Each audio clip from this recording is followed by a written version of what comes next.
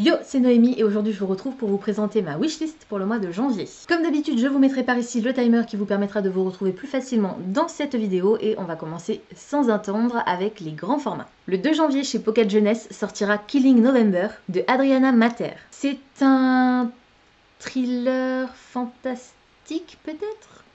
Fantastique, je suis pas sûre, mais thriller oui, avec une ado qui va entrer dans une école spécialement conçue pour les familles. C'est des personnes très influentes qui sont formées à l'art de l'espionnage, de l'assassinat et ce genre de choses. Et il va y avoir un meurtre un jour dans cette école et notre héroïne va être accusée à tort. Le 3 janvier chez Gallimard Jeunesse va ressortir dans une nouvelle couverture Iscari, le tome 1 Achat tueuse de dragons de Kristen Cicciarelli. Et le tome 2 qui s'intitulera Le combat des âmes sœurs, toujours de la même autrice et toujours chez le même éditeur, avec une couverture qui va correspondre à la nouvelle couverture du tome 1. Je vous ai déjà parlé d'Iscari dans plusieurs vidéos, du coup je ne vais pas revenir dessus. Le 8, chez Bayard Jeunesse, va sortir Le plus grand détective de tous les temps, de Caroline Carlson. C'est un roman policier jeunesse, très jeunesse, avec une murder party à laquelle vont être conviés plusieurs grands détectives et on va suivre les aventures d'un jeune détective donc qui va être épaulé par une jeune détective pour mener l'enquête. Toujours le 8, chez Casterman va sortir le tome 2 de Rosewood Chronicles, Apprentie princesse de Connie Glynn. Je vais pas le redire à chaque fois, du coup je vous le dis maintenant, quand il s'agit de suite ou de réédition, je vais pas m'attarder sur les résumés, je passerai tout de suite à la suite. Donc là on est sur le tome 2 de Rosewood Chronicles, du coup je ne vais pas m'attarder, on passe au suivant. Le 9, chez Gallimard Jeunesse, va sortir Les secrets de Toutankhamon de Emma Carroll. On est ici sur une enquête qui va être menée par une jeune fille pour partir à la recherche de son père, je crois, ou peut-être de son oncle. C'est lié à un secret autour de l'Égypte ancienne et elle va se retrouver embarquée dans des aventures auxquelles elle ne s'attendait pas vraiment. Toujours le 9, chez Pocket Jeunesse, j'ai noté le premier tome de la série Terreur à Smoke Hollow. Alors je ne suis pas sûre que ce soit ça le titre de la série. C'est écrit par Catherine Arden, l'autrice de L'ours et le rossignol. C'est en partie pour ça que je l'ai noté. C'est une traduction donc qui a eu pas mal de succès outre-Atlantique et qui s'intitule Small Spaces, donc petits espaces. Voilà, et j'ai très hâte de découvrir cette histoire qui a l'air d'être un peu plus jeunesse quand même que L'ours et le rossignol. Le 13, chez ADA, j'ai noté le tome 2 de Princesse promise, Les épines d'une rose de Naomi Choré. Et le même jour chez le même éditeur, j'ai également noté Les dragons de la contrée d'Ozélie de Laetitia Laosakun. C'est un roman fantastique peut-être, jeunesse, dans lequel on va suivre les aventures d'une jeune fille qui est aveugle et qui retrouve la vue au contact des dragons. Le 15, City va rééditer Le premier jour du reste de ma vie de Virginie Grimaldi. Toujours le 15, chez Hachette Roman, va sortir le premier tome d'une nouvelle série de Anne Pichota et Sandrine Wolf qui s'intitulera Homer Pym. Le premier tome, c'est Les mondes inversés et on va suivre les aventures du jeune Homer Pym qui est un adolescent d'une douzaine d'années je crois, qui va partir à la recherche de son père qui est cinéaste dans un univers complètement inventé. Toujours le 15, chez Milan, j'ai noté le tome 3 des Ombres de Julia, La porteuse d'espoir de Catherine Egan. Le 16, chez Delamartinière Jeunesse, j'ai noté Shadow Scent, Le parfum de l'ombre de P.M. Freestone. Alors là, la couverture est incroyable et j'ai l'impression qu'on va être dans un univers un peu oriental où les parfums ont une importance capitale. Chez J'ai lu, le 22, j'ai noté la sortie du tome 3 de Lord John, qui est donc une série spin-off de la série Outlander de Diana Gabaldon, et qui s'intitulera Une odeur de soufre. Le 22, chez Pygmalion, j'ai noté La fileuse d'argent de Naomi Novik. C'est l'autrice de Déraciné, que je n'ai pas encore lu. Déraciné, il me semble que c'était une réécriture de La Belle et la Bête, et dans La fileuse d'argent, on va être sur une réécriture du mythe de Rumpelstiltskin.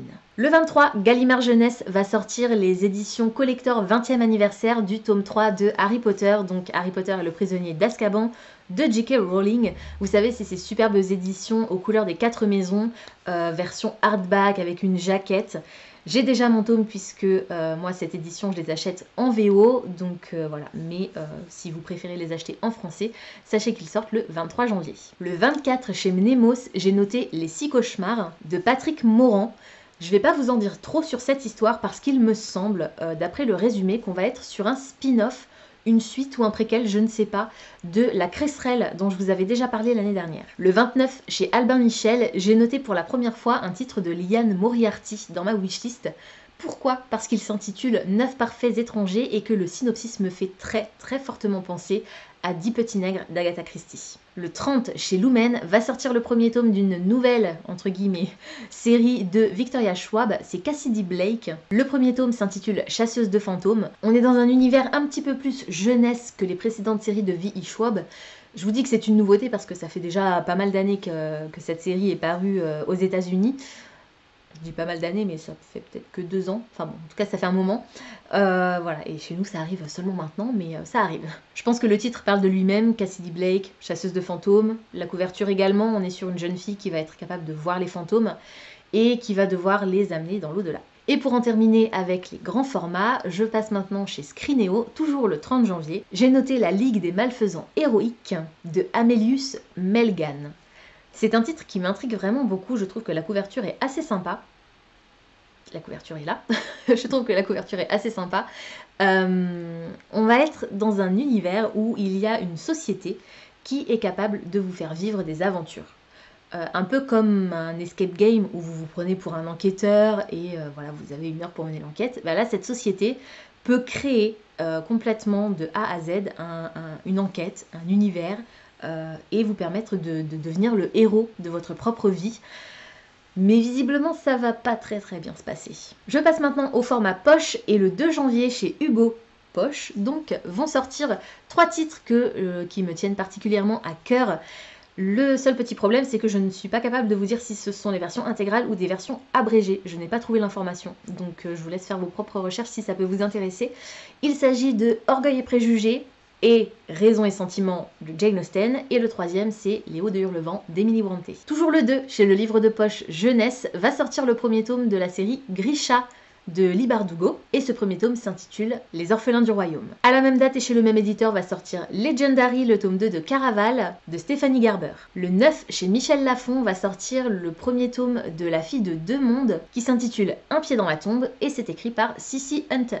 Là, je vous ai parlé de premier tome, mais c'est des tomes dont je vous ai déjà parlé en grand format en fait, donc pareil, je ne m'attarde pas dessus. Toujours le 9, chez Pocket, va sortir le tome 2 de Sorcière associée d'Alex Evans qui s'intitule L'échiquier de Jade. Le 15, de nouveau chez le livre de poche Jeunesse, va sortir le tome 3 des Outrepasseurs de Cindy Van Wilder, Le Libérateur. Le 16, chez Pocket Jeunesse, va sortir Cress, le tome 3 des Chroniques lunaires de Marissa Meyer. Et le 23, chez Gallimard Jeunesse, en même temps que les éditions grand format des 20e anniversaire du tome 3 de Harry Potter, Gallimard Jeunesse va donc sortir en format poche, ressortir en format poche dans des éditions vraiment très jolies.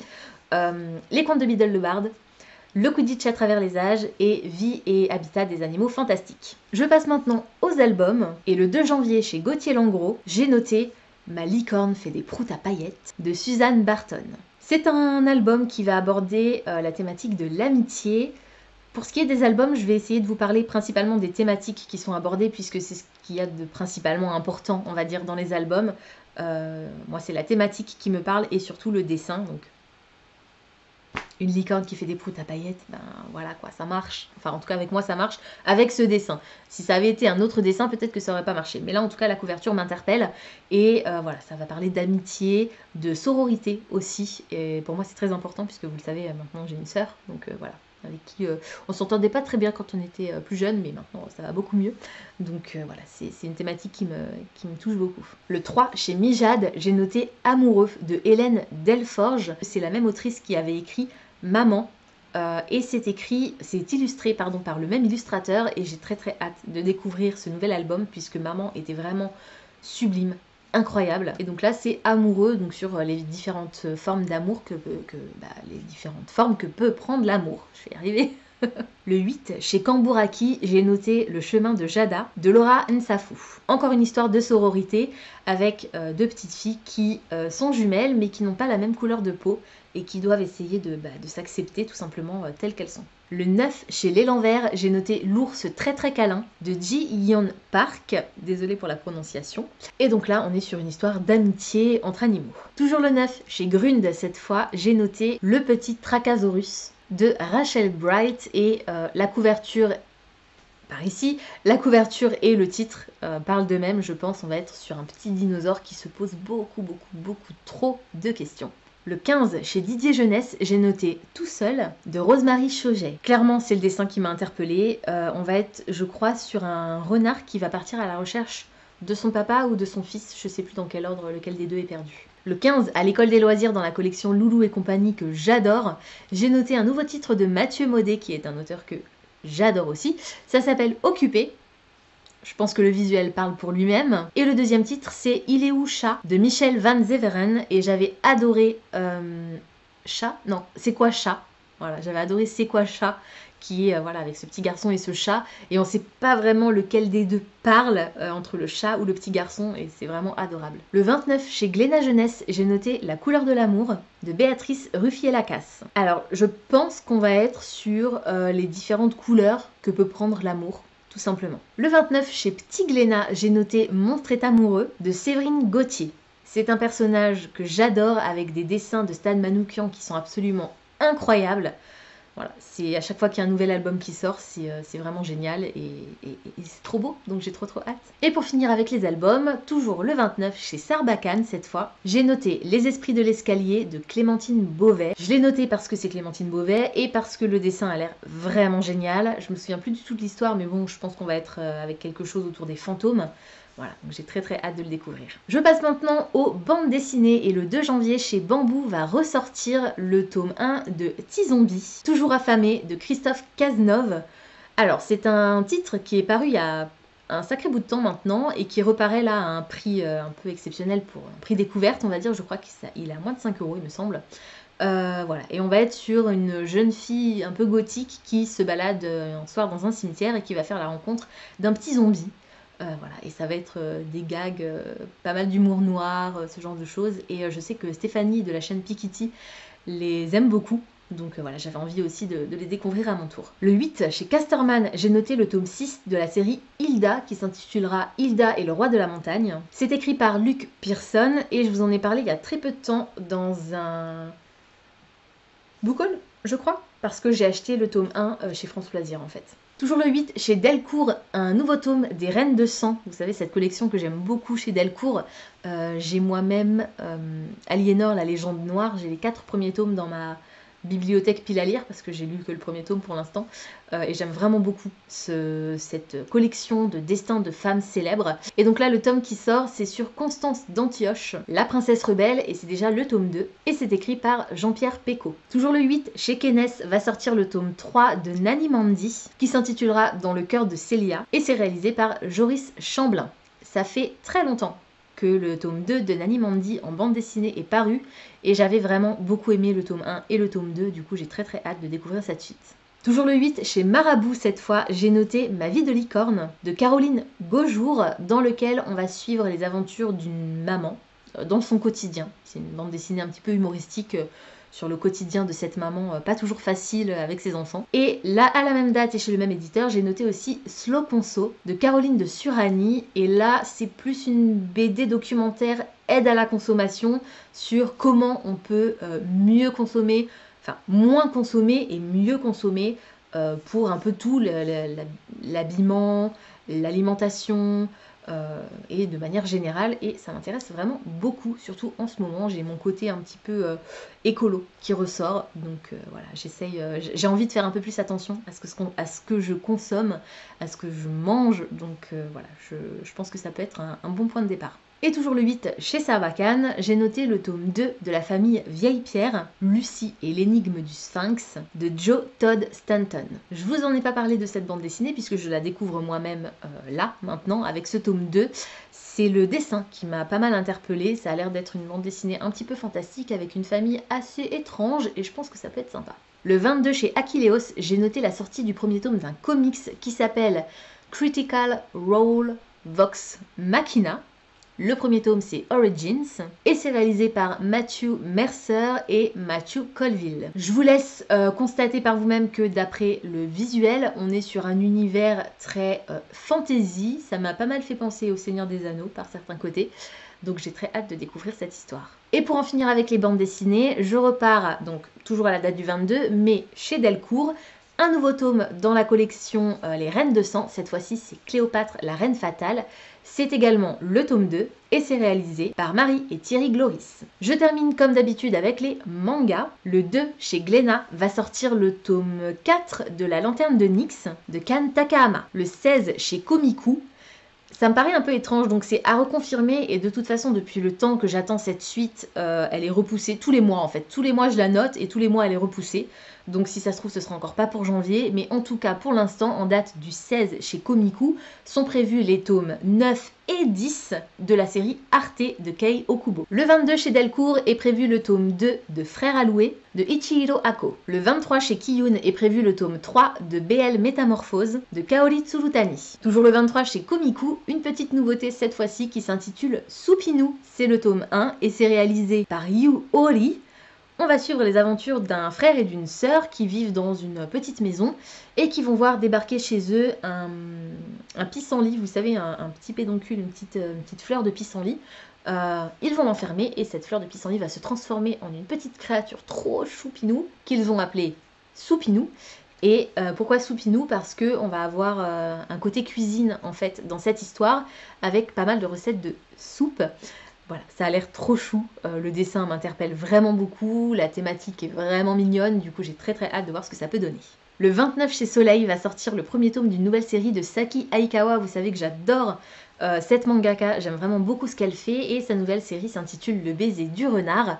Ça a l'air d'être un shoujo fantastique, donc je pense que ça peut être sympa.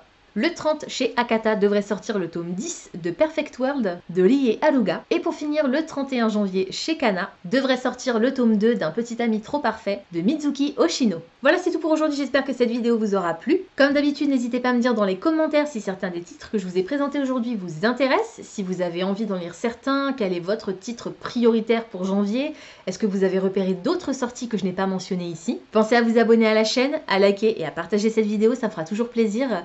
Pensez également à activer la petite cloche des notifications qui vous permettra de savoir quand je poste du nouveau contenu. N'oubliez pas que dans la barre d'infos, je vous mets le lien vers mon compte Utip qui vous permet de gaspiller quelques secondes pour regarder des vidéos et qui me permet à moi d'engranger quelques petits centimes pour acheter du matériel afin de vous proposer des vidéos de bien meilleure qualité. En attendant de vous retrouver, je vous souhaite d'excellentes lectures et je vous dis à très bientôt dans une prochaine vidéo.